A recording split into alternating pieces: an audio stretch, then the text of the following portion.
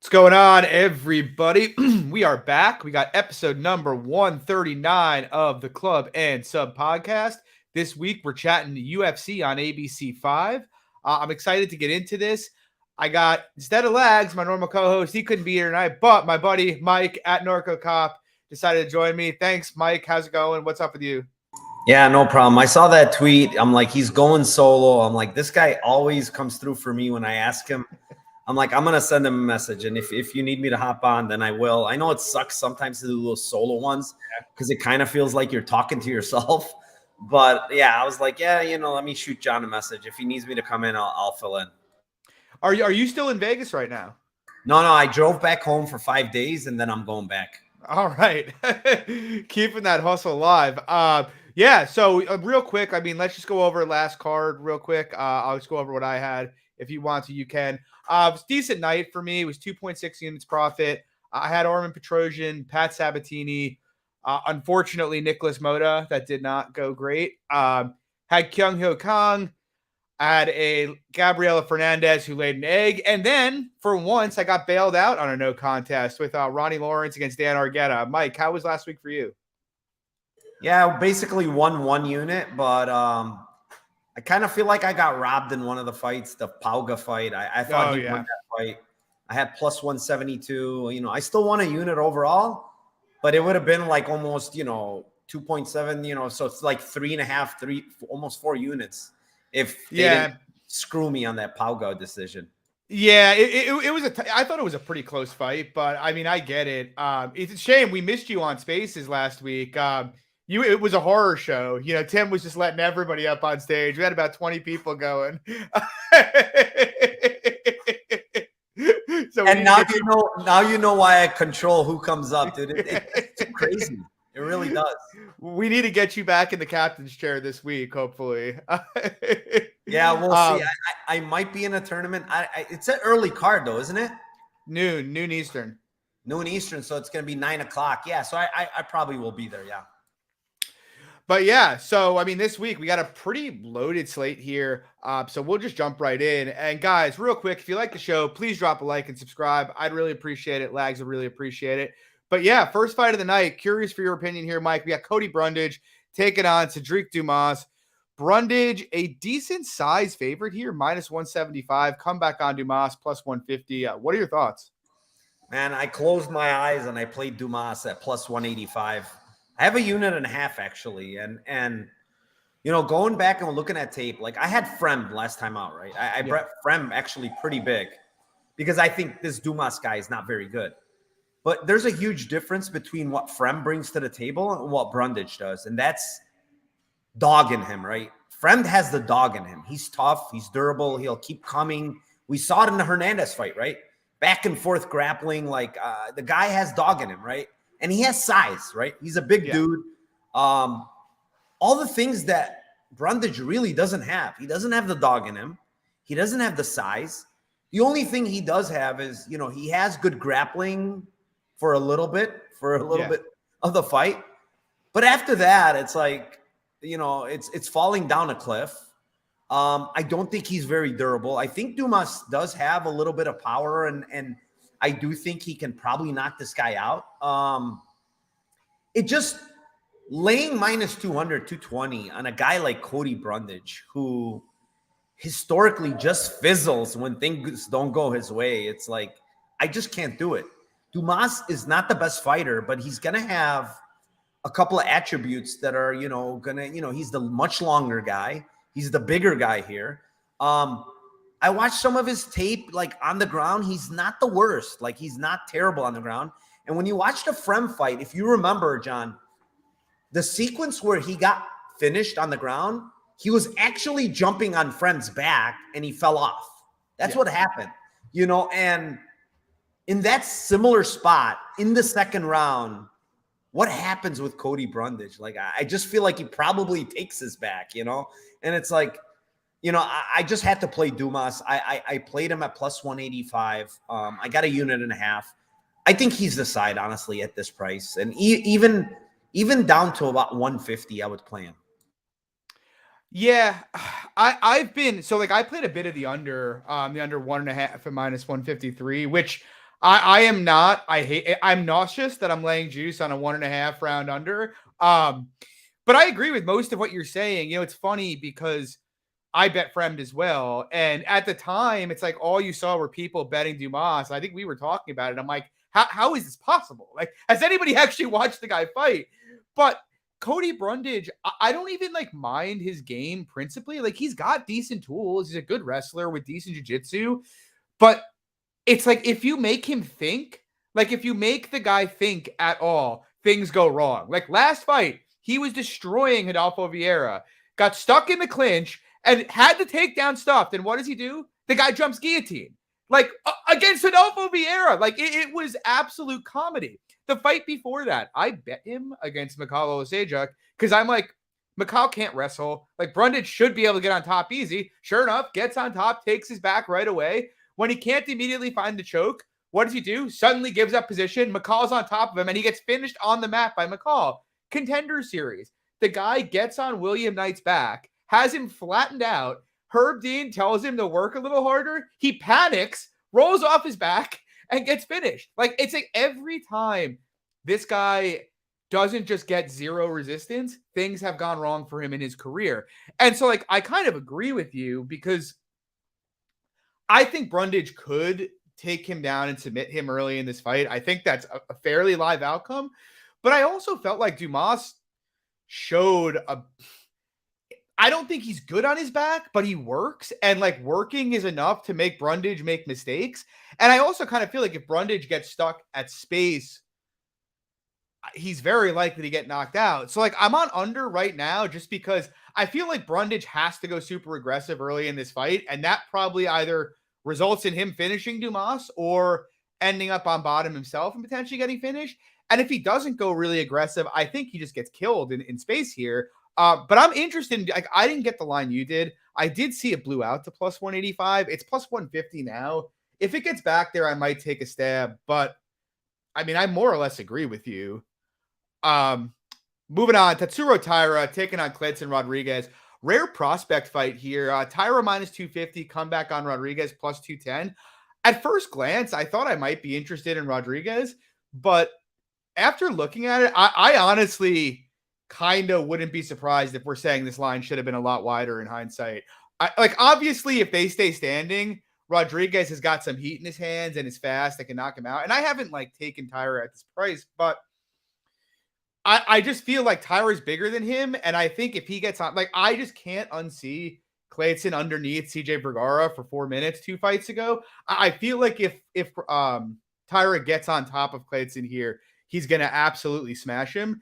And so I'm not saying Kleidson's drawing dead, but I do think he needs to, it's going to be hard for him to keep it standing. And I actually think one of the best spots on the fight is Rodriguez KO at like plus 650. But I think short of that, it's going to be really hard for him to win this fight. Like, I just think there's a big grappling edge on the Tyra side. What do you think, Mike?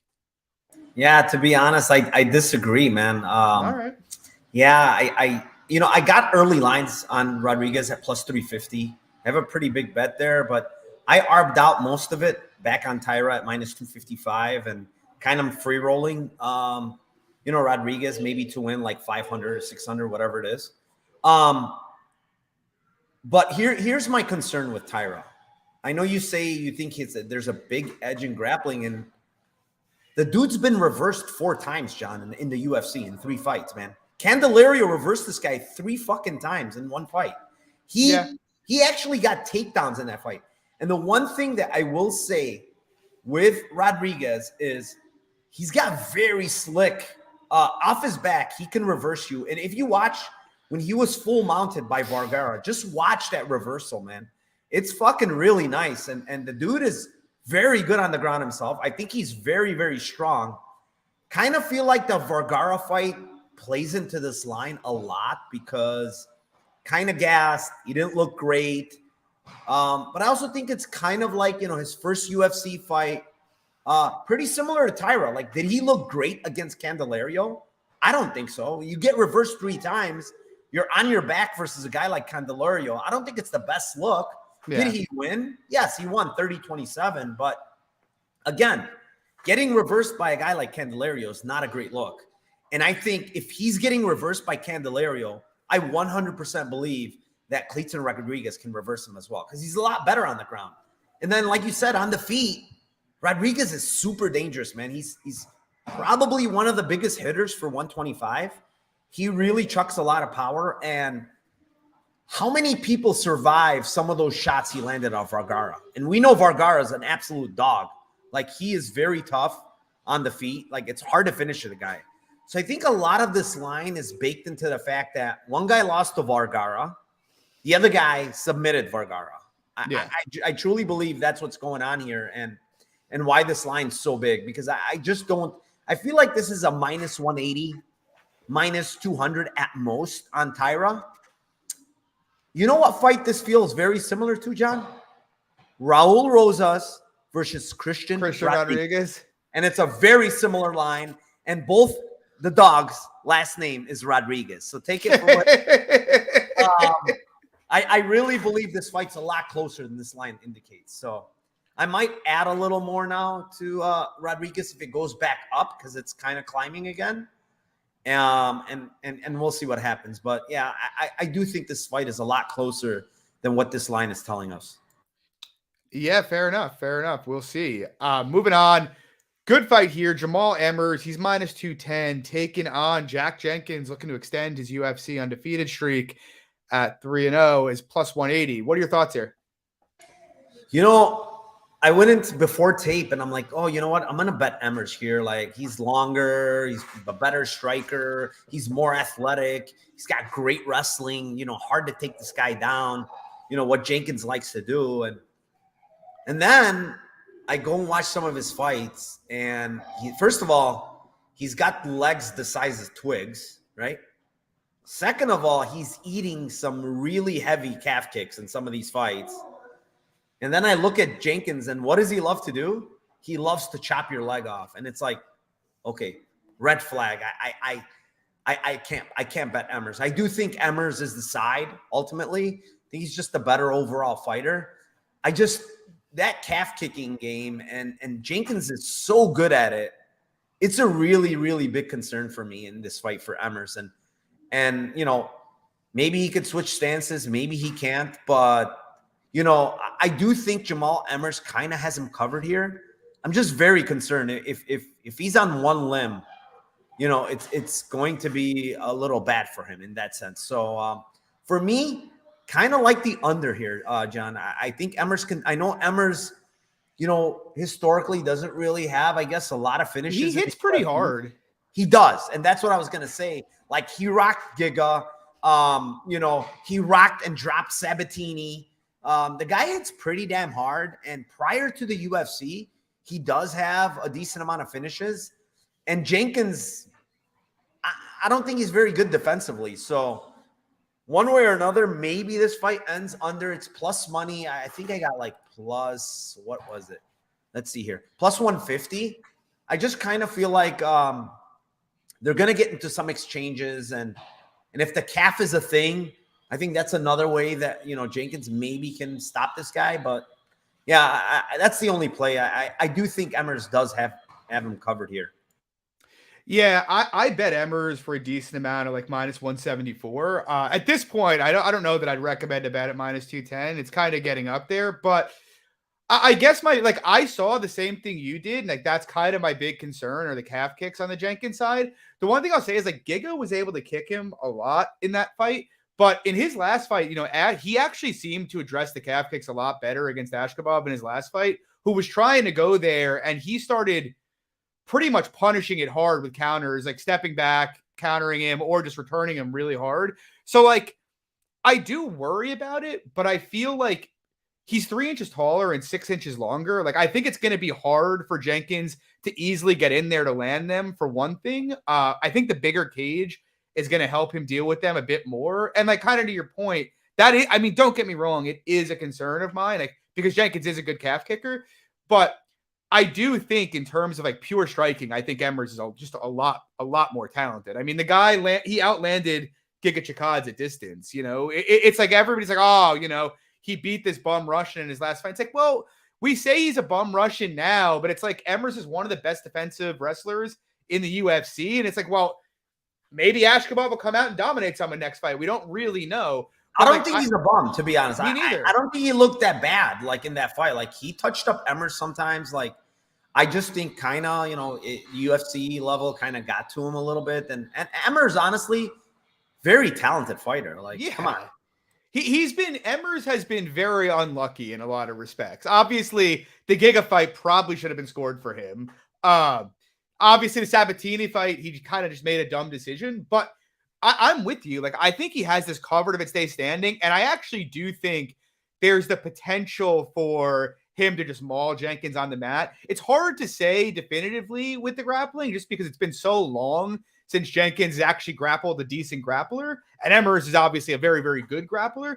But I don't think I think it's a live outcome that Emmers can just bully him on the ground. So, yeah, I mean, my view is I think Emmers is the better striker. I think he's the better grappler.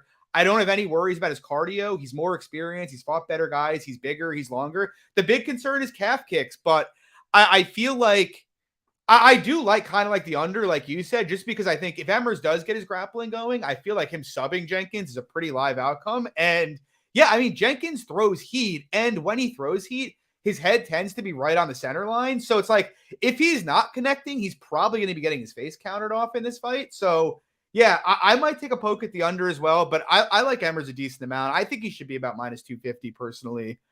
Moving on, I'm very curious to hear your take here, Mike, because I've seen some takes on this fight, and I think the line movement's been very, very interesting here.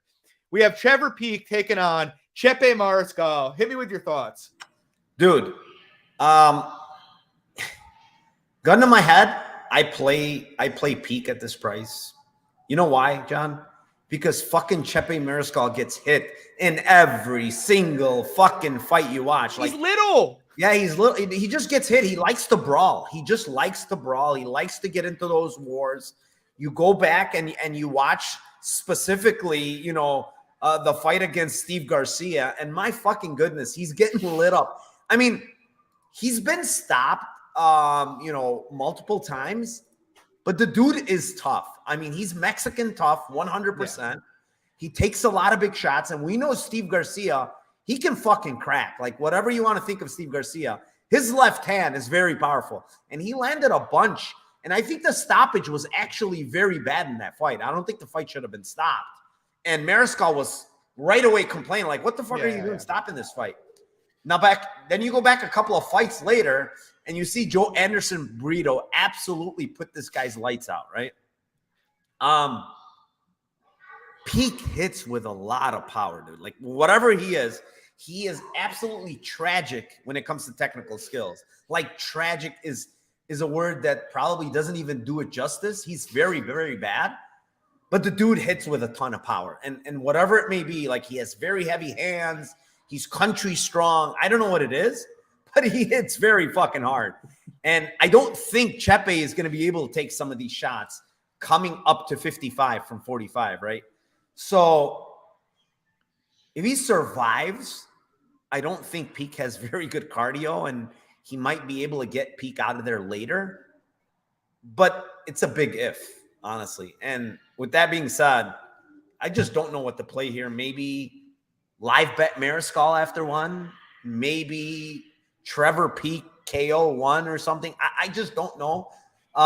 It's a weird fight, and Peek probably should knock him out if I had to pick a prediction. Yeah, it's a bizarre fight. The crazy thing is, before this fight was booked, Trevor Peek was booked with Victor Martinez, who I like, and Victor Martinez was plus 210. And I was sitting here last week like, I'm going to max bet Victor Martinez because I think Trevor Peek, skills-wise, like you touched on, is one of the worst in the UFC. He's a horrendous technical grappler. He's a horrendous technical striker. I agree. His cardio doesn't look great to me. I was like, man, everybody's just looking at Victor Martinez getting kneed by Jordan Leavitt, and everybody's like, oh, this guy's a bum. It was like a perfect spot to turn around and fade Peek. And then they booked Chepe, and I see the line immediately start coming down, and I'm like, okay, Chepe must be pretty good, right? Like, it's got to be like really good if people are like abandoning Victor Martinez. Victor Martinez was plus 210 and there was no interest and people are betting this guy. But I taped it and I had the same thoughts as you. I'm like, look, he's a tough kid. He is a tough Mexican. But number one, he's a featherweight. Number two, he's on very short notice. Number three, I've seen this guy get rocked in like 4 or 5 different fights. Like he comes out there, and that's at featherweight. Like he comes out and bangs with featherweights, and now he's out here fighting Trevor Peek, who obviously is a lot bigger and obviously hits a lot harder than anybody he's fought. And so I'm sitting here and I feel like a lot of people have the same enthusiasm I did to fade Peek. They were just being, seeing a little tunnel vision and recency bias with Martinez. But now they're just trying to jump on like anybody else who's fighting him. Either that, or they think it's Victor Mariscal and they have the wrong guy. Because that's what I thought. Honestly, I was like, "Oh, Victor Mariscal, like he's gonna absolutely maul him," but it was not him, as it turns out. I mean, I'm kind of with you that like a Chepe live bet's not bad, but if they come out here early, like they're gonna throw down, and I feel like Peek is very likely to hurt him early in this fight and hurt him bad. Potentially finish him. I don't know. Like I really don't want to bet Trevor Peek because I rate him so low. But at the same time, it's getting to the point where it's like we're getting the much bigger fighter, the much more powerful fighter on a full camp, taking on a small guy who's kind of fragile-ish, who likes to brawl on short notice, coming up a weight class. Like it's almost like they're throwing us a layup. I don't know. I'm torn. You know what, John? The one thing I will say is Chepe has a huge he's got a huge advantage as far as like who he's fought. Like he's fought a lot of UFC level fighters. You're talking about Pat Sabatini. He's got to win over Pat Sabatini. He's got to win over Yusuf Zalal. He fought Bryce Mitchell, Gregor Gillespie. Yeah. I mean, a ton of UFC guys. Like looking at this guy, he's probably fought the most UFC guys that's not in the UFC, himself. You're probably not wrong. He's fought a lot of UFC guys. So I think he has a ton of experience. He's got good wins. Like I said, Sabatini win is pretty damn good. Yeah. The things that Sabatini would do to Peek, is kind of scary. So it's like to me, it's like I think Mariscal is live, especially if this fight hits the ground. I think he's pretty skilled on the ground. But he needs to survive the wave, dude. Like he needs to survive early and not go bonkers like he usually does and get into these wars. Yeah, agreed. Moving on, we got Zhalgas Zhumagulov, -200, taking on debutant Joshua Van. I don't have a strong opinion of this fight. Like Van seems fun, like a decently athletic prospect, but I also just don't really know what to put into his tape because it's mostly against absolute bums.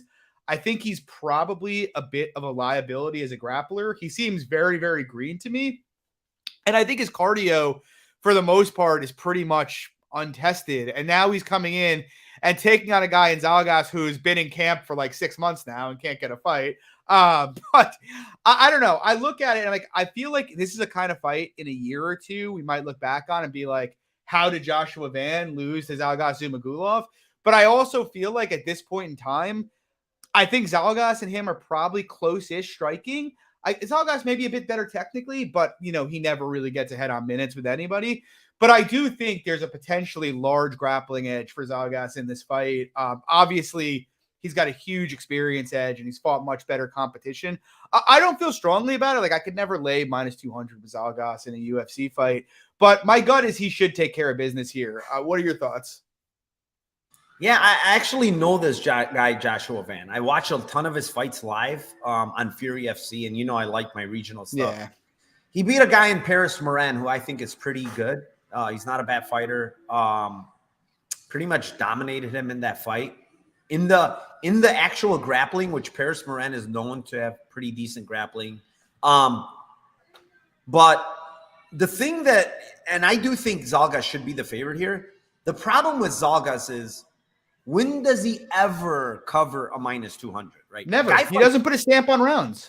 Yeah, he fights too close. And that's my thing here. It's like, is Joshua Van UFC level? I do think he is. I think he's very young. That's the one thing. He's only 21, John. He's a very young guy. Yeah. But he's so that's my other thing, though. He's almost too young, to be coming in here. And I agree with you. Maybe it's a little too early for him in the UFC to fight a guy as experienced as Zhalgas. I do think that's an issue. But I think this fight kind of plays close again, man. I think striking is pretty damn close here. Zhalgas does have a little bit of the wrestling advantage, but Joshua Van is not a slouch on the ground. He's got decent jiu-jitsu. I think it's a lot closer than this line indicates again. And I didn't take a stab on Van money line, but I did take a stab on Van via decision because I do think this fight most likely hits the scorecards. And again, it's going to be close. Like Zhalgas does not put a stamp on any fights. Yeah. And you're sitting here getting a guy like Joshua Van at plus 400 by decision. I'm just going to take a little small. That's kind of interesting. Plus 400 is a big number. That's a very big number. Yeah, and Zhalgas is very hard to get out of there. We know he that. Is. He's very durable. I mean, Manal Cape is the only guy that finished him. And he's an elite hitter. Yeah, and I don't think Van's finishing him. So this fight's probably going to go to decision. Zhalgas fights very close, like we said. So why not take a shot at plus 400 and see what happens here? Yeah, I like the call. Moving on, great fight here. I have a fairly strong opinion. We got Tafa Ricci taking on Jillian Robertson. I like Jillian quite a bit in this fight. I just personally, my view is Ricci is kind of, she might be a slightly better wrestler, but I almost think she's a budget version of Robertson. And by that, I mean, I think she has similar weaknesses in that, look, neither's very good with their hands. It's funny because like I've seen some people say Ricci's going to light her up on the feet. And it's like, who has Ricci ever lit up on the feet? If they fight on the feet, it's going to be the two of them poking at each other, standing 10 feet away for 15 minutes, In the grappling, I guess this is the crux of the fight.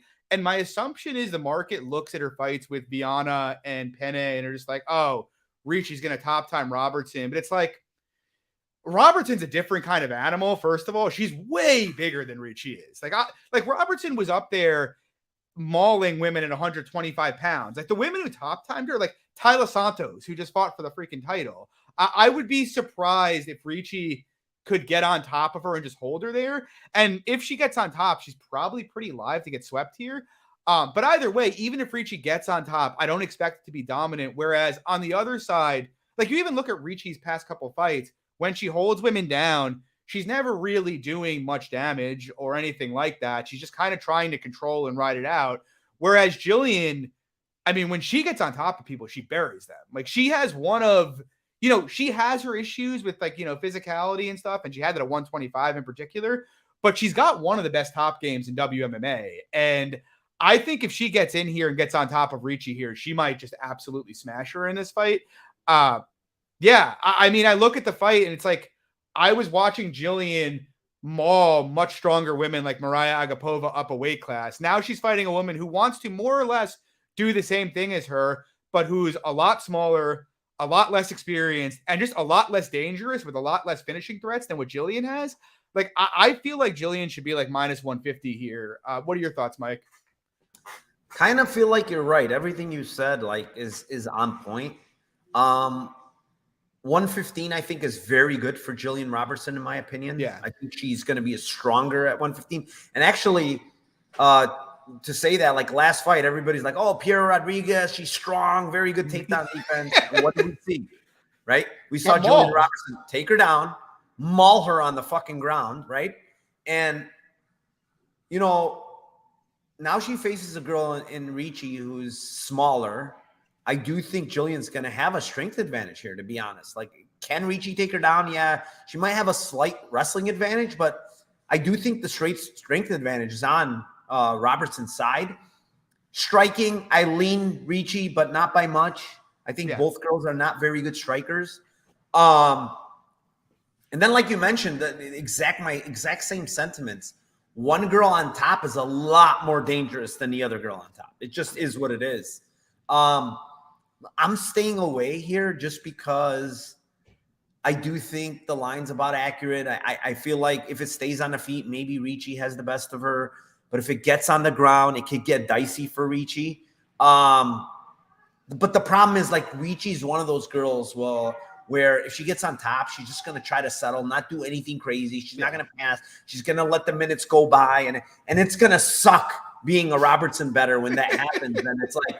And it's going to be like, fuck, what did I do? So for me, I'm going to pass, but I agree with you. I mean, everything you said is spot on with this fight. Like, I just don't have any interest in betting either girl here at this price. You know what the problem is? I wish I could get like Robertson plus like 140, 150. I would love that. But that would be. You know what the problem is with Jillian fights is just like it's like the classic minus 500 either side. Like when Jillian wins, she looks like a massive favorite, but when she loses fights, she tends to look just horrendous. So it's like when you bet her in an even money fight, if you're wrong, like you said, you're gonna sit there and just be like, oh. What did I do? How did I get this so wrong? You know what's crazy with her is, dude, she lands at least one takedown in almost every single one of her UFC fights, except 2. And we always talk about how bad her wrestling is, right? Yeah. But she always finds a way to get the fight to the ground, dude. Like Talia Santos and Maycee Barber are the only 2 that didn't get taken. And that's because, she got knocked out early against, I think, Maycee. And then like 2 minutes in. Yeah. Yeah. And then the Taila Santos fight, I believe, Santos was just too strong for her at 25. Yeah, right? Way too strong. And that was way too strong. All right, moving on. Interesting fight here. I think we're gonna have differing opinions. I'll go first and let you respond. But we got Loik Radzhabov taking on Mateusz Rębecki.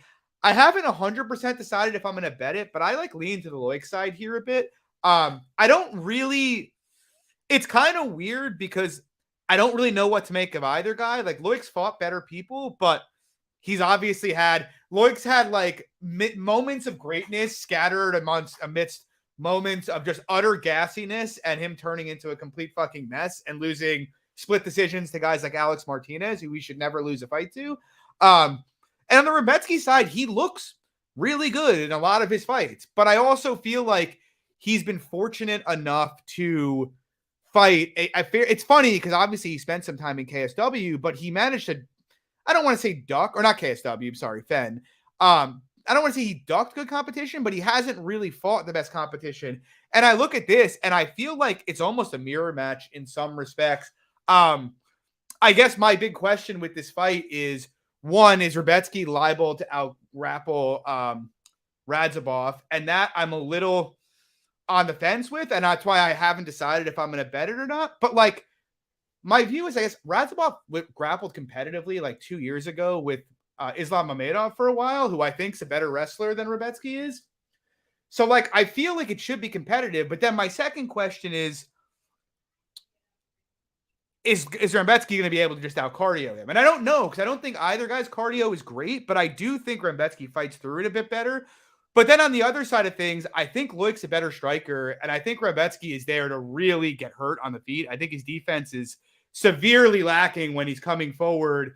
And so I look at it, and to me, I kind of think it's an even fight. I think there's more question marks in terms of skills on the Rębecki side, whereas obviously you have the gigantic gaping question marks in terms of cardio and how Loik will hold up, I should say, down the stretch against a guy, a bowling ball. It looks like he's shot out of a cannon at all times, coming at him down the stretch in this fight.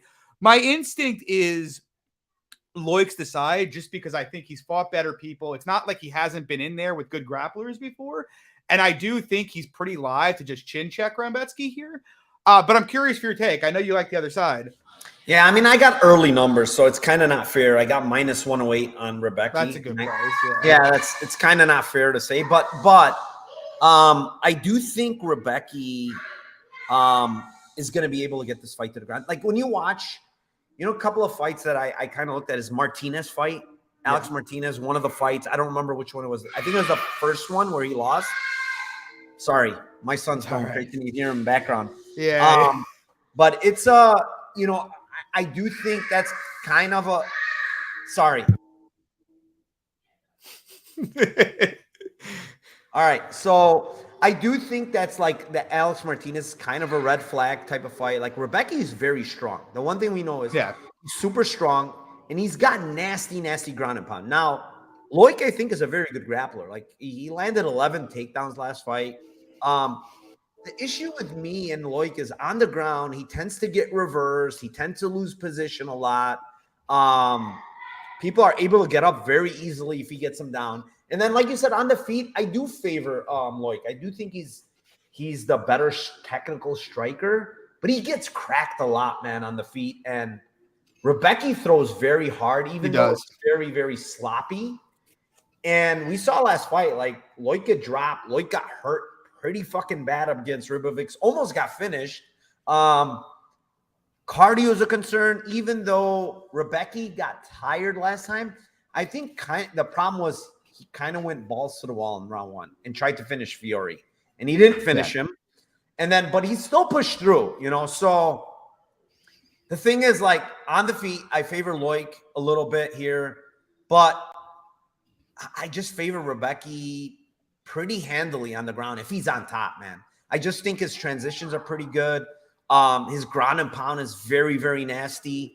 And then, you know, overall, I just feel like Rębecki gets this fight to the ground more often than not. And on top, I just think he's a dangerous dude, man. And I think maybe this line is where it's at is because of how he looked against Fiore. But you can also go on the other side and say Loic looked like shit against Rybovich. So, you know, it's kind of a give and take here. I wouldn't play Rębecki at like minus 160, 170, whatever. Yeah. But I got an early line. So I do think maybe an under here, honestly, is not a bad play. I was going to say, Glenbot just asked, you think it goes longer? But, I mean, these guys are both swing pretty hard, man, and they both can be cracked. And I know they're durable or whatever, but, man, you getting plus 145, which is what I got on an under 2.5 here, where these guys are probably swinging for the fences. Both guys do. There's going to be a shit ton of grappling. And it's like if Loic slows down 7 minutes in and can't keep it upright, it's like you don't know. He might just get mauled on the bottom. Like you don't really know. If Rębecki, if Loic gets tired and Rębecki isn't tired, he's absolutely going to maul him. I truly believe that. Yeah, so it's an interesting fight. I'm excited for it. I mean, it's kind of funny. It's buried on the prelims, but I mean, this is a good card top to bottom. This is a great card, man. It's probably the best fight night we've had of the year or fight afternoon, honestly. So, but I'll keep it here with you. Next fight up, interesting one here. Randy Brown taking on Wellington Turman. Brown minus 220, Turman plus 185. What are your thoughts? I mean, I had to pull the trigger on Turman, honestly. I pulled it at plus, what did I get? 200, I believe. It's just like, okay, Randy Brown's a better striker. He's going to keep it at distance. But Turman can throw nasty leg kicks. Turman can probably take him down. Turman can probably get his back, you know, which he does in almost a lot of these fights. He's the better submission grappler. You know, it's all those things, and you're getting plus 200. Now, can Turman get lit up on the feet? Yeah, he can. But you know, the other thing is he's dropping to 170. It's how is he going to look? Like, how is Turman going to look at 170? Now, if you were to ask me, I think he was kind of, I don't want to say undersized at 85. A bit. Like, I kind of feel like 70 might be better for him. Now, it might not be better for his chin. I don't know, but you know, when you watch Turman against a big, strong guy like fucking Misha Serkinov, who's an absolute, you know, tank of a guy, like he's having trouble in the grappling, right? Because Serkinov took him down. Like it's tough to deal with guys like that. So now he gets kind of like a frail, like tall, skinny guy in Randy Brown, who's historically a striker. And, you know, leg kicks might be a thing here. You know, takedowns might be a thing here. And if Turman, to be honest, gets on top, like it might be bad. It might be a bad spot for Brown, to be honest. And I could see that happening here. So I'm getting plus 200. Like I had to take a shot. I know Turman has shown good and bad performances. And I kind of feel like Petrovsky fight has nothing to do with this fight, just because Petrovsky just was able to outmuscle him later in this fight and out-grapple him.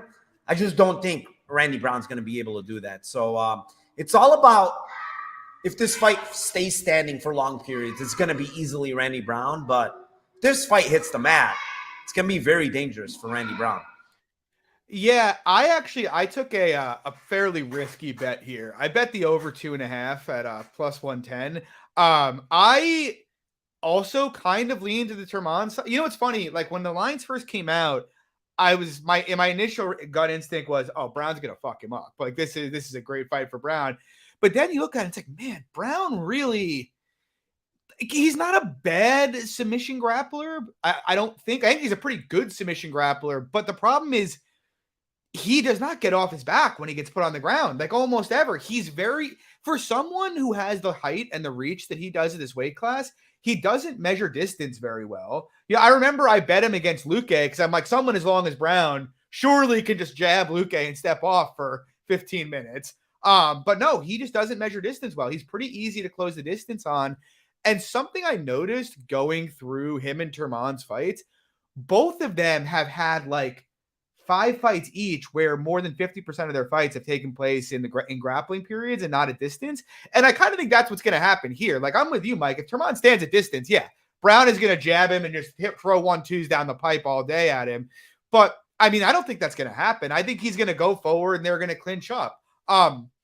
It's possible either one of them subs the other, but like I'd be pretty shocked if Brown subs Turman here.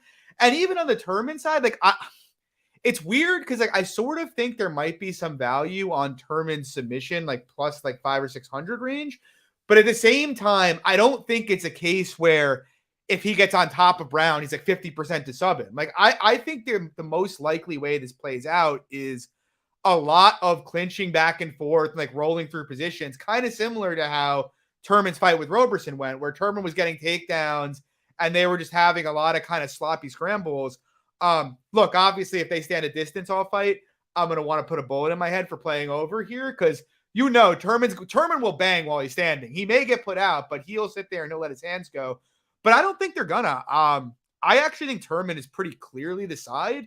My only question is, it's just like, will Turman, like one thing that kind of bothers me about Turman's game is when he goes to get backs, he doesn't put a body triangle in, and like he ends up getting too high a lot and like falling off the back and ending up on bottom himself, which is what's deterred me from betting sub. But it's one of the reasons I kind of like goes the distance and over is I feel like he's going to get inside on Brown here. I just kind of think it's going to be a lot of messy scrambles. Could Brown knock him out? Sure. Could Turman sub him? Sure. But my gut feeling here is Turman has the more coherent winning tools. Like, I think Turman losing this fight at distance won't be because Randy kept him off him. It'll be because Turman accepted a kickboxing match with Randy. So, and to your point, Randy's so available to leg kicks, he'll probably welcome Turman in pretty happily, if he starts letting those go. So, yeah, I mean, I like the over here. It's a bit dicey, but like I said, both of these guys have had like multiple fights with more than half the times taking place in the grappling. I just think Turman's going to be hunting it all fight, and I don't think either side's super likely to get subbed here. So, over for me. Go ahead. Sorry. Yeah. No, go. Go finish it up. No, that's what I over for me. I lean Turman at the line. So yeah, like the thing is with Turman, when I watch his fights, like he's reliable to go for the grappling. Like, he just goes for takedowns in almost every single fight. Like he's gonna go for the grappling. And when I watch Randy Brown, like his takedown defense is not the best. Dude, Warley Alves controlled him for a round. Dude, he's not a good grappler. No, and he took him down 3 times, I believe, in that fight. Yeah. He just when you look at Randy Brown, just in general, how many actual grapplers has he really faced? Like Warley Alves is not really a grappler. Bilal Muhammad, you're going back very far, and he landed a couple of takedowns. He didn't even Mickey Gall took a round off him, held him down. Yeah, and he didn't shoot many takedowns. Like, I know for a fact Wellington Turman is going to shoot it. Like, go back and watch Silva fight. Like, he shot, I think, 8, 9. I mean, he wasn't successful, but he shot a lot of takedowns in that fight. The other thing is, being with Glover now for maybe, 4 or 5 camps now, 3, 4 camps. Yeah. This guy's still 26 years old, guys. So, like, could he get better? Of course he can get better. He should get better, really. Yeah, and he's 26 years old. He's got a 6, year gap here between him and Brown. It's got the grappling edge. Like, why wouldn't I fucking play this guy at plus 200?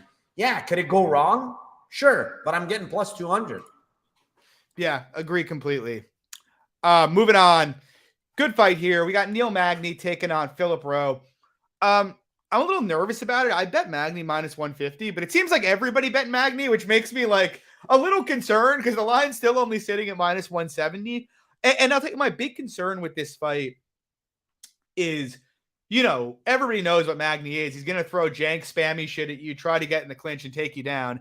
And I do think if he gets into the clinch, he is going to win the clinch here with Rowe and likely get him down and control him. I just personally think Rowe on bottom is pretty bad for a jiu-jitsu specialist, and Magny on top, he's pretty good when he has an edge in that department. What concerns me on the Magny side is he hasn't, like I said, a lot of his shit is like jank volume, kick spam, where he just uses his gigantic, height and length. And Rowe's the first guy he's ever faced that like kind of matches him dimensionally. And obviously Rowe is a very, very sharp boxer who hits hard. And so I do have some concerns here that Magny might not be able to do a lot of the stupid volume shit he normally does without getting himself rocked or hurt in this fight. It is a concern of mine. But at the same time, I can't watch Phil Rowe lose around to Orion Kosi and Jason Witt in the manner that he did, especially Kosi, who was able to just go forward, lock him up in a body lock, and just basically hold him against the fence, take him down, get back up, take him down. Like, that's Magny's game, except Neil Magny's a 35-fight veteran with 20 UFC wins, and Orion Kosi's not in the UFC anymore. I feel like Magny should get inside and get him down at a fairly high clip here and control him. And as everybody knows, Magny's cardio is elite. And I think Rowe's, I don't think it's awful, but I don't think it's great either. He did look like he was slowing quite a bit against Nico Price in his last fight. So yeah, I mean, I trust the experience of Magny. I trust the grappling of Magny. But the only reason, but I've only gone on it for a unit just because I am a bit nervous about the speed and power of Rowe. And in particular, the length that Magny brings to the table here. What do you think, Mike? Yeah, I mean, you're spot on for most of the stuff. The one thing Magny's going to have to deal with is a guy that's similar in size and reach. Like, I think this is one of the first times he's going to face a guy that matches his size, matches his reach, right? And I liked Magny pre-tape, right, John? And I thought I was going to land on a bet on Magny. My issue is I feel like this is a declining Magny, to be honest. I don't feel like this is the Magny of old. Watching some of his recent fights, even the Max Griffin fight, I just don't feel like this is that Magny anymore. And that's my concern. That's my main concern. Like, could he push a pace? Does he still have cardio? I still think he has cardio. I still think he can, land takedowns here. My issue is I just don't feel like this is the same Magny of old. I think he can get hurt. And that's my issue. Like seeing, I understand it's Gilbert Burns, but just seeing how easily that was done against him, it's like, oh God, like, this guy even try? Like, what the fuck happened in this fight? And then, you go back, and he has a good win over D-Rod, but how bad has D-Rod look of late, right? He just got absolutely killed lately. So how good is that win, in hindsight, So my thing is, I just feel like he's been, his last good win was against Jeff Neal, right? It was a nice win a couple of years ago now. But I feel like this guy's getting there in age. He's got a ton of fights, he's, going to be 36 in a couple of months. It's one of those things where, yes, you're 100% right. Like, he's the more experienced, more talented, whatever overall fighter, but I do think he's on a decline. I don't think Rowe's that good, but I do think Rowe has a little bit of cleaner straight punches, which might land here against Magny. Magny throws decent jabs, but he has really no power in his hands. And Rowe does throw with a little bit of power. The one thing you mentioned is the Price fight. I think that was a very high-paced fight, though. If you watch it, Price keeps bringing it. He brings the pressure. Kind of similar to Magny, but he throws harder. And Rowe was still there in the third round, and actually he almost finished Nico Price in that third round. And actually, he did, right? Yeah, I believe so. He did finish him. Yeah, late in the third. So he did finish him. So, I was kind of looking to bet Neil Magny pre-tape, and then now I'm kind of thinking like maybe I bet Philip Rowe, but I can't because I know how god-awful his takedown defense is. So I'm probably just going to pass overall, man. It's one of those fights where I just might pass. Yeah, makes sense. Moving on, I'll keep it with you here. This is an interesting fight. We got Brendan Allen taking on Bruno Silva, two of my least favorite fighters historically from a betting perspective. Allen minus 180, comeback on Silva plus 155. What are your thoughts? Man, I laid it. I laid Allen minus 180. I don't feel the best laying it. I just feel like Allen just has the better tools here in general, like overall, right? Silva has good striking. He has power. I don't think he has good takedown defense. I know he stopped a lot of takedowns. I think Allen is going to be able to land takedowns here. On the feet, like Allen's decent on the feet. Like he throws pretty good, powerful kicks. Like he's shown hands. I mean, really impressive win over Andre Muniz last time out, where he actually out-grappled Muniz later in that fight. He's got very good cardio. We know that from Allen. You know, and historically, yes, you know, he's had some pretty iffy performances, like Jacob Malkoun fight, for instance. But that's just not something that, you know, that he has to worry about here, right? You know, there's going to be no grappling from the Silva side. He's going to want to keep it upright. And, you know, for Allen here, I think he can win multiple ways, to be honest. He can win on the feet, and he can win via grappling here. So for me, I just think 180 is fair. It's a fair price to lay on Allen. I think he's just a more skilled fighter overall. Now, could he get bonked and get knocked out similar to Chris Curtis fight? Yeah, I mean, it's possible. But I do think Allen's pretty durable. I don't think he's one of those guys that you're just going to bonk and you're going to get out of there pretty easily. So, yeah, I mean, grappling, I favor Allen in a pretty big way. And then striking, I think it's pretty damn close. I don't think it's that big of an edge on Silva. So I decided to take the 180 stab here. Yeah, I mean, I agree with you. My big concern with the striking is just Allen is he's almost like an NPC defensively. Like he's just so easy to punch in the face.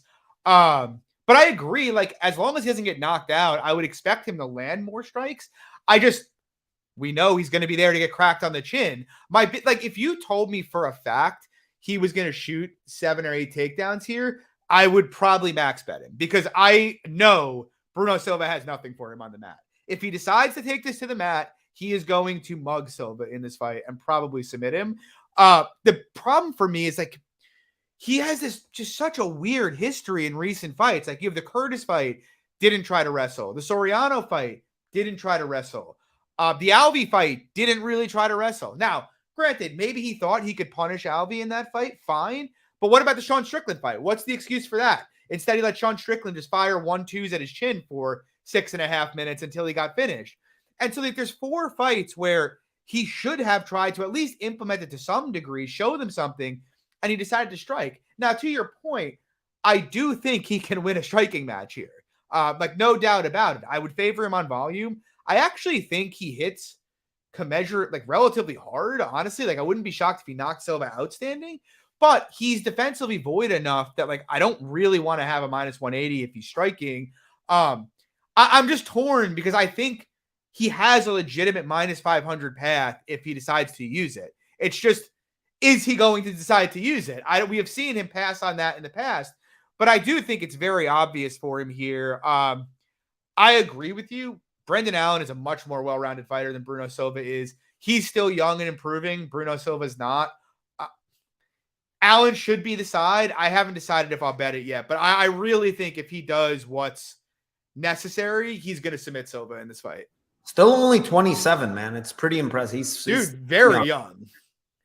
He fought like Eric Anders at like 21, like something like that. Crazy. Yeah, he's super young. And I think he's, you know, the move that he made over there to kill Cliff, like, I don't know, maybe 5-6 fights ago, like it's probably done him wonders. I know, come on, he got knocked out by Chris Curtis, but Chris Curtis' takedown defense is way better than Silva's, in my opinion. Yeah, I agree 100%. Moving on, though, we have a fucking banger here. I'm going to be curious to hear your take here. I have a bet here. We have David Onama taking on Gabriel Santos. Santos currently minus 230. Comeback on Onama plus 200. I bet Onama small here. I'm also thinking of, candidly, potentially adding Santos submission, although it looks like that line has gotten hit quite a bit, so maybe not. But I don't know. It's a weird fight, and it's not one that I'm like super, super passionate about, but I feel like the market buyback on the Onama side has been a bit extreme. You know, Onama went from beating Garrett Armfield to getting chalked and Gabriel Benitez getting chalked up against Nate Landwehr, I like massively, like minus 350. And Landwehr is like a top 15, 20 guy, to now flipping back the other way to being plus 200 here. And I kind of think the market thinks Onama's cardio is worse than it is. And it's really weird because he gassed out so bad against Landwehr, which is just such a bizarre look in retrospect. Like, you look at this guy's first fight in the UFC, he comes in on 4 days' notice, up a weight class, and puts out one of the most hellacious paces I've ever seen in the organization against Mason Jones. Like, bell to bell, just never stopped going. And then the Landwehr fight happens, almost knocks him out, tries to finish him, and then it's just done. Like, complete cardio death after a round. And so, like, I'm like, dude, what do you take out of that? Like, his cardio looked fine against Garrett Armfield. He subbed him in round 2 and looked completely fine. I'm inclined to think it was probably an adrenaline dump, but I don't know for sure. But looking at this fight, it's interesting because I think Gabriel Santos is a pretty good prospect. Obviously a capable boxer, decent I don't think he's the best wrestler, but he's a decent grappler if he can get you down. But similar to Onama, he has really no discernible defense to speak of on the feet. You know, these guys, while they're standing, are going to bang it out and are going to land hard shots. And in that kind of fight, I think Santos is the more technical fighter, but I think Onama hits harder, and I trust Onama's durability a bit. I've seen Onama eat bombs from big hitters and look pretty unfazed. So I just trust his durability a bit more, and I trust his power more than I trust Santos's. So I don't want to say I give him an edge on the feet, but I think it's close to even. To me, the question is really, can Santos get him down easy? And if he can he hold him down? And I'm not sure, because I don't think Onama is the best defensive wrestler. But as I said, I don't think Santos is really the best offensive wrestler either. You know, if Santos gets denied on his first shot, he's probably not getting you down on his second. And Onama's done an okay job getting up, you know, throughout his career. So I worry a bit about a back take. And that's why I mentioned I think Santos sub could potentially be interesting, just because I do think if Santos wins this fight via grappling, it's not going to be via laying in top position. It's probably going to be on Onama's back, in my opinion. But I don't think he's going to get Onama down as easily as the market does. And I think on the feet, these guys are going to bang it out hard. In addition, I just like taking the guy who went from minus 350 to plus 200 versus the guy who went from plus 250 to minus 250, just from a market perspective. I think the market is just a little bit too much recency bias on the Onama side. I lean him here. It's a small bet for me, but I do think the line's a little bit disrespectful. What do you think? I agree with you. I think people are underestimating David Onama, to be honest. I don't have a bet on him yet. I have an under bet on this fight at minus 130. I think it's going to be a violence here just because they both like to bang. I mean, first of all, Onama's not going to back off. He's going to try to bang with this guy. And Santos loves to come forward and bang. Like, yeah, does he go for takedowns? He does. But his main thing is he loves to strike. Like, he just loves to strike. He's there to be hit. He throws with power. He's got very good kicks, knees, you name it. But Onama throws with a ton of power as well, right? So I don't think cardio is any type of concern for me for Onama. I think it was an adrenaline dump. I think he went for the finish. He thought he had Landwehr finished, went for it, and basically just dumped there, you know, and he didn't get the finish. And we know what happens once you don't finish Landwehr is now he comes forward and throws a shit ton of volume and try to get you out of there. So I think that was kind of an anomaly. When you watch the Mason Jones fight, like you said, the pace was absolutely hellacious, man. And he took the fight on short notice, and he survived. He was still coming at the end, hard. At 155, and it wasn't even at 45, right? So the one thing here is, like, I know Santos is pretty good on the ground, but I think David Onama, like, watch the Mason Jones fight. Like, Jones is pretty good grappler himself, dude. He's a black belt. Yeah. He had fucking 8 takedowns, plenty of top time on him, and, you know, couldn't really come remotely close to finishing Onama. The thing with Onama is, first of all, I think he's a freak athlete. People are underestimating how much of a freak this guy is, right? He's got really, really long limbs and arms. He's going to have a reach and size advantage in this fight. And he throws with a lot of power, man. He really does. The other thing is the guy is still very raw, and he had 1 year off, and he's been at Factory X. How much has he improved? I don't know. But I think people are underestimating how how good this guy is. I don't think he's like top tier, but I don't think he's a plus 200 dog to a guy like Gabriel Santos that came in and looked good on short notice against Laron Murphy. But this guy kind of poses similar problems, but is longer than Murphy. I think he hits harder than Murphy, and I think he's more of a freak athlete than Murphy is. So with all that being said, I think you're right. Like, the side should be Onama here, but I think there's violence here. Gabriel Santos was flash knocked down and almost finished a couple of fights ago, and I watched that fight live, and he came back and he showed durability, but he's also shown he can get tagged up a lot, man, and he's there to be hit. And Onama's probably the biggest hitter he's fought too. Yeah. What is it? I said Onama's probably the biggest hitter he's ever fought. Yeah, by a decent margin. You do not want to get hit by this guy. This guy hits very damn hard, and he's a freak athlete, and he could be improving. So, and because he's only been training. Onama's 29, but he's only been doing MMA for like 6 years. Like, you should expect big improvements. He's very raw, so improvements are gonna come. I can assure you. So we'll see what happens. Factory X, elevation too. I don't think cardio is a concern here. It's gonna be a war for what it's worth, and that's why I love the under. Yeah, I agree with you. I like under as well here. Moving on. Stupid fight. Why it's on the main card, I don't know. We got Justin Tafa taking on Austin Lane. Mike, I'll throw it to you. Tafa minus 180, Lane plus 155. Any strong thoughts? Austin Lane sucks, dude. Like, I don't know what else to say. Like, the guy's a defensive end for Jacksonville and Detroit, and I don't know where and where. He's beating guys that are absolutely either like over the hill old or bums, like Richard. The guy Jacoby that he fought is so undersized for fucking heavyweight. The guy used to be like a middleweight, I think. I bet Jacoby. And he even tagged up Austin Lane in that fight, to be fair. Then he fights all these other guys like Juan Adams, who was absolutely mauling him until he gassed. And the other guys like Rashawn Jackson, all these other guys, way old. You got a guy like Vernon Lewis, who absolutely beat the living daylights out of this guy at like 38 years old. Tafa's the much better striker. Like, he's going to land strikes. He's more cleaner. Obviously, Lane has a big size and reach advantage, but I don't think he knows how to use that kind of stuff, to be honest. And Tafa's going to be able to calf kick. He's got pretty nasty kicks. And I think he's just going to be able to counter him really bad. This guy's defense is very, very fucking bad on the feet, man. So he's training at some bulldog gym that I've never even fucking heard of. He's training with nobodies. Like, go watch this. This guy's training with nobody. I don't think he has heavyweights to train with. So it's like, Tafa should knock this guy out. But do I want to lay minus 200? And I know there's some kind of grappling edge for Austin Lane here, possibly. I just don't want to do it. And maybe knockout. It's probably not a good price. I haven't even looked at it. Minus 110?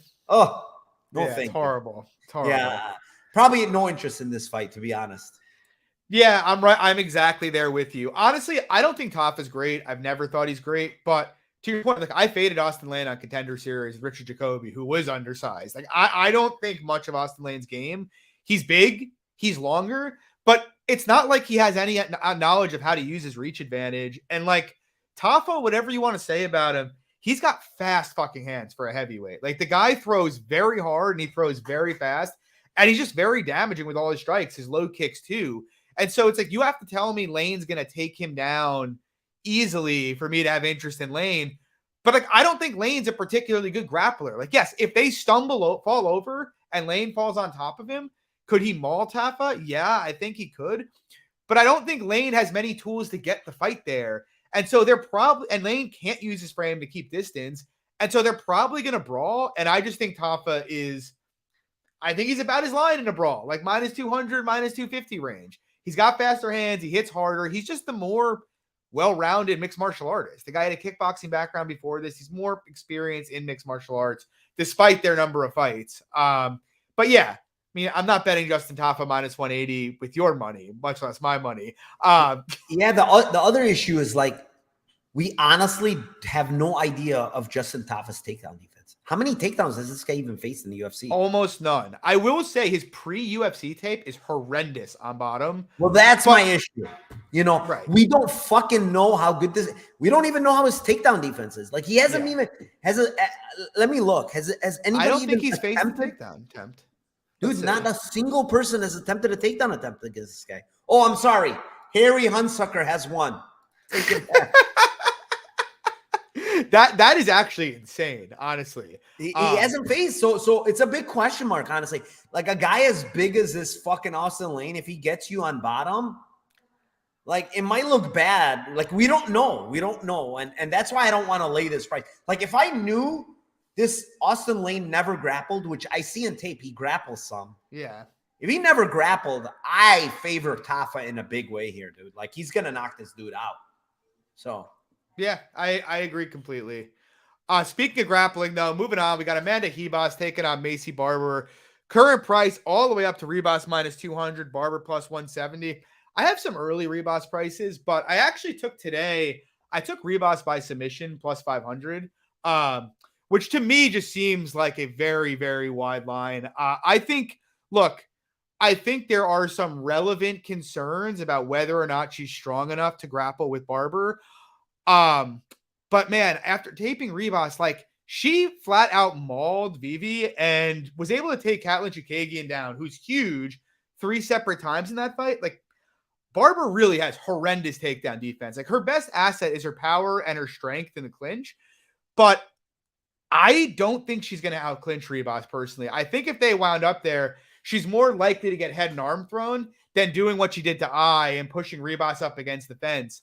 And on bottom, man, I look at it. I like Andrea Lee. She's not a good grappler, and she was advancing position easily. RIbas is like elite jiu-jitsu when she's in top position.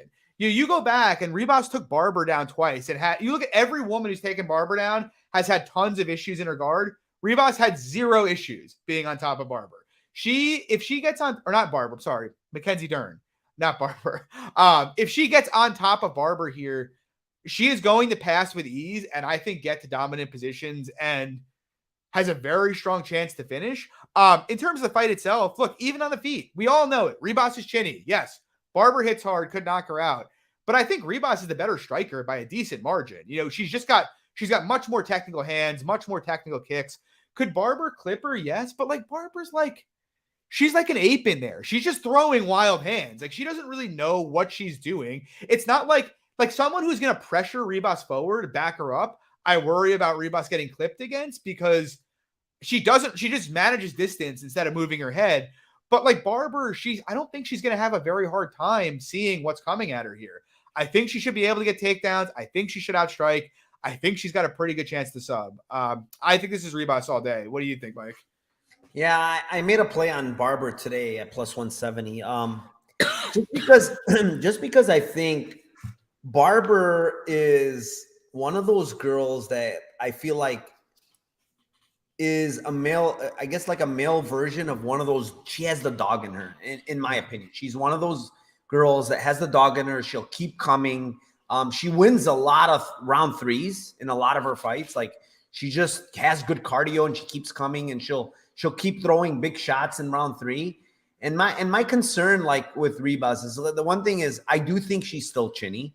I do think that even in a Vivi fight, like she got rocked in that first round. I don't know if you remember, her eyes almost shut. You know, and it's just like she doesn't take punches very well. And the one thing we know with Barber is she's gonna throw, and she's gonna throw with everything she has. Now the concern is RIbas getting on top is a concern for me. Like I saw Lee getting on top. I saw Lee kind of advancing position there against her. And Lee is nowhere in the vicinity of what RIbas brings to the table as far as jiu-jitsu. So that is a concern. But in hindsight, like when you look at it, like in general, like I do think Barber's pretty strong in a clinch. I don't think she's easy. Like I think the timing of Lee's takedowns were really good, to be honest. Yeah. Maybe RIbas can get that timing down and land takedowns like that. And she has landed takedowns, I think, in almost every single one of her fights. But again, I just feel like this price range minus 200, historically, when you look at Ribas, she doesn't tend to cover these type of prices. Yeah. So my thing is, like, Barber usually doesn't get dominated by anybody. And, I kind of think like she doesn't get dominated here, and I'm getting plus 170. I'm going to take the girl that has a little more dog in her, John. Fair enough. Fair enough. We move to the main event. Great main event here. Ilia Topuria, if he gets a win here, he is probably getting a shot at the title next. Taking on Josh Emmett. Topuria really chalked up in this fight. Minus 310 to Emmett plus 260. Mike, what do you think? Is Josh Emmett live? Yeah, I mean, I'm not laying these kind of prices in a fight where it could be volatile, right? Like, Topuria likes to swing. He's going to have a speed advantage. He's the younger guy. He probably has the durability advantage at this point in their career. But what's the one thing that's not going away from Josh Emmett? It's power. Like, he's not losing his power. And if he clips Ilia Topuria, probably can put him out. Like Emmett is one of the biggest hitters still to this day at 145, right? So can Ilia Topuria like maybe land takedowns here? Like, yeah, but is Emmett a slouch in the fucking wrestling and grappling? No. So it's like, yeah, jiu-jitsu wise, yeah, Ilia Topuria has a pretty big edge here. But wrestling it's not that big of an edge.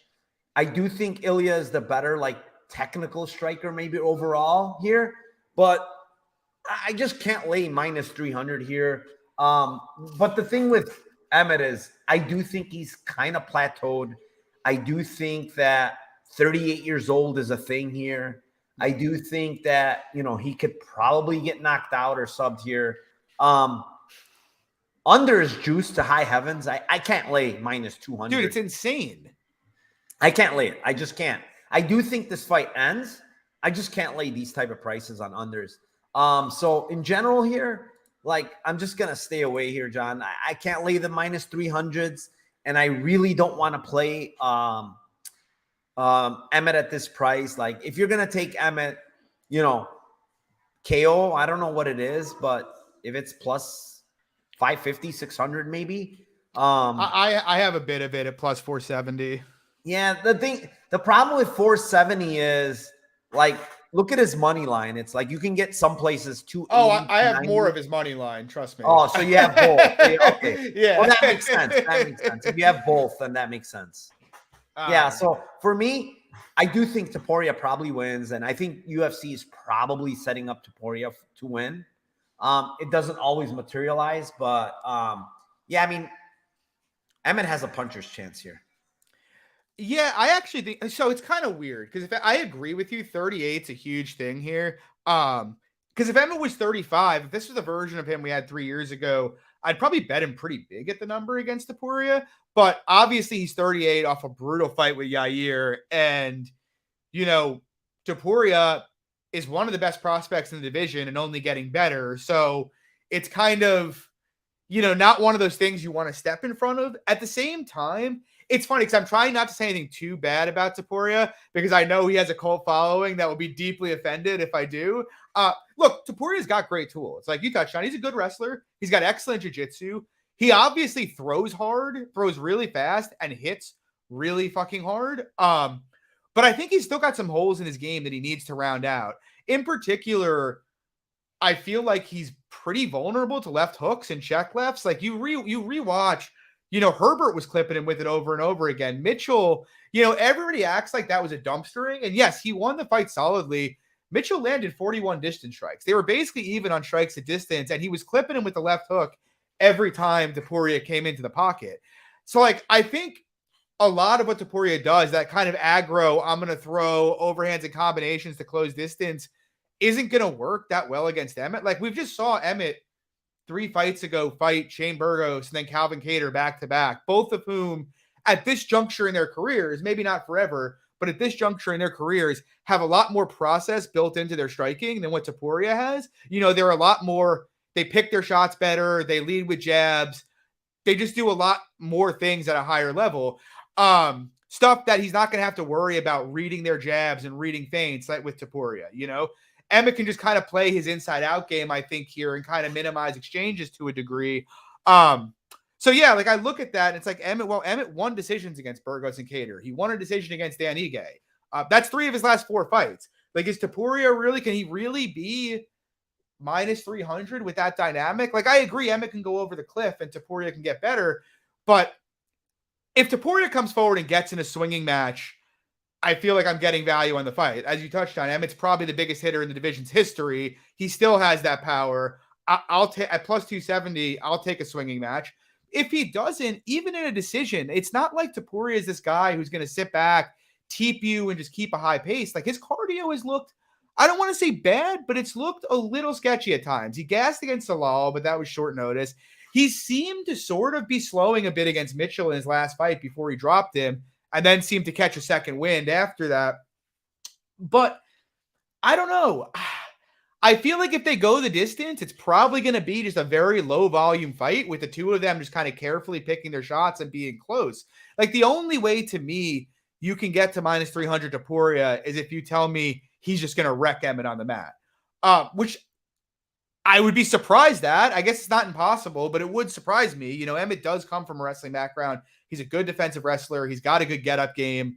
I'd be shocked if he just got run through here on the ground. And if that doesn't happen, I think Emmett's going to have his shots to land his counter left hooks and land his overhands. I think Topuria will too, to be honest. And I do favor Topuria, obviously, just because he is younger. He's the better athlete. He's improving. But I think it should be a close fight. You know, we've seen Emmett fight guys like Topuria in the past and look pretty good. I think it's a winnable fight for him if he's not completely past it. But yeah, I mean, I think Topuria minus 150 to minus 180 range is kind of fair. I just think minus 300 is a bit extreme. I have a unit on Emmett plus 271. I have a 0.3 units KO plus 470 here. But it's interesting. I'm excited to see how it goes down. It's a really good fight. Dude, this is one of the best. I mean, this is it's actually a better top to bottom UFC. This UFC Jacksonville is better than the pay-per-view card we just had. Yeah, it's much better. And it's a daytime card, which is exciting. It's crazy how good some of these matchups that they have here. Like, you know, it's unbelievable. Like Emmett Topuria, you know, even the bad fights are going to be fun. They matched them up really well. That's what I'm saying. Yeah. Just like, I can't wait for Rodriguez Tyra, to be honest. I think that's going to be a banger. Dude, same. That's going to be a banger. Even like Brundage Dumas is a shit show, but it'll be fun. Pete Mariscal is a shit show, but they're going to swing till someone dies. Yeah. I mean, any peak fight is a shit show. Narco, what do you think on the ends on KO in the main event? Yeah, I think it's good. I think it's more likely that Topuria knocks him out than subs him, to be honest. I agree. I sort of agree as well.